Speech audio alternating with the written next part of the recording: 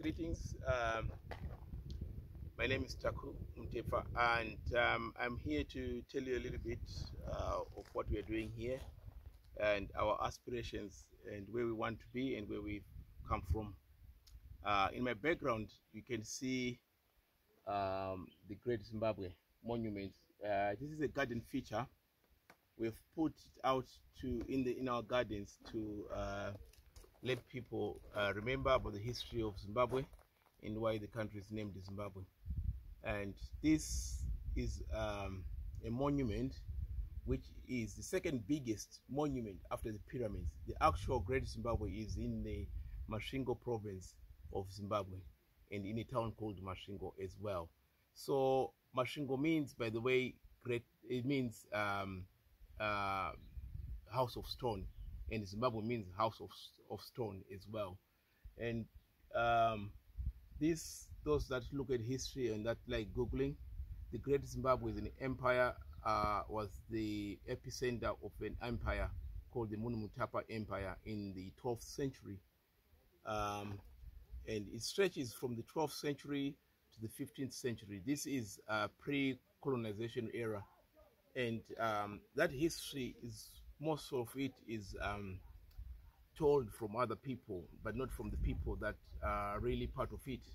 So this garden feature is a way of reminding people, or it energizes people to start or look at history and take it from there.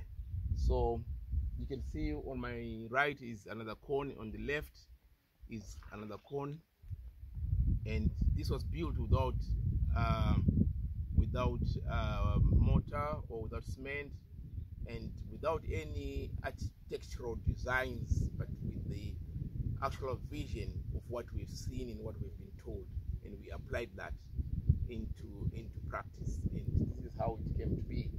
But this part of a sustainable village that we hope will be the driver of the third world countries, or countries that really are struggling to be a step ahead. But when we create economies in areas where they are neglected, it does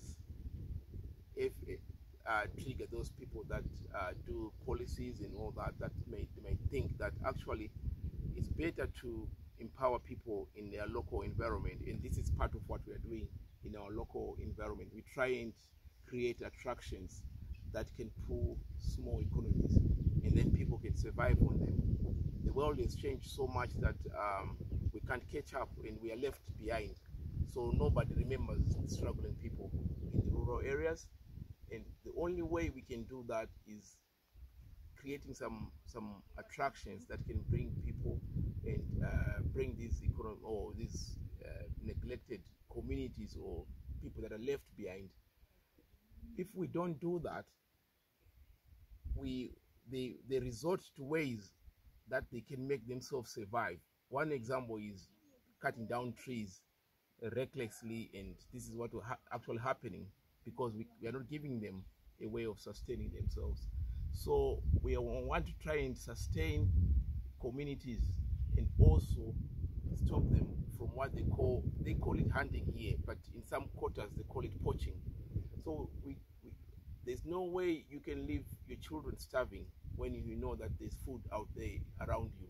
So if you create an economy that gives them an alternative, it stops that from happening. So we're going to break the cycle, but the only way we're going to do, we've got to go back to what we are trying to do and attract people to come into small communities like this and help us sustain us. You know, it's a new way of what we call responsible traveling and responsible tourism or slow travel that we always talk about. It looks into remembering communities and how they are surviving and how they are trying to build themselves up. So if you're coming here to spend your time on the game drives, think about the driver who is driving you. Think about the cameraman that's taking pictures of you. Think about the scout that is taking you around. Are they paid enough? Are they well looked after? If not, how can you help? And we are saying, let's look back and think about it. That they actually might not be benefiting from your traveling. So the only way is changing to responsible traveling, to come to communities like here where we build our own attractions, and then we say, people, come and spend your time, what do you want, and we can meet those requirements. It takes time, but we eventually will get there. So from what I've said in summary is, let's also be responsible travelers. Let's have a slow travel policy, and sustain and live within our means of what we have. And this is what we are trying to do. The days of spending things that we don't need, luxuries we don't need, are over. And we are living within our means. We are using our own local resources to make whatever we have here, and it's all our local material. And at that point, I leave you with the research for you to have a look at what the Great Zimbabwe is all about, and the Munumutapa Empire of the 12th and the 15th century. And by the way, my name is Taku, and we will see you again in the next episode.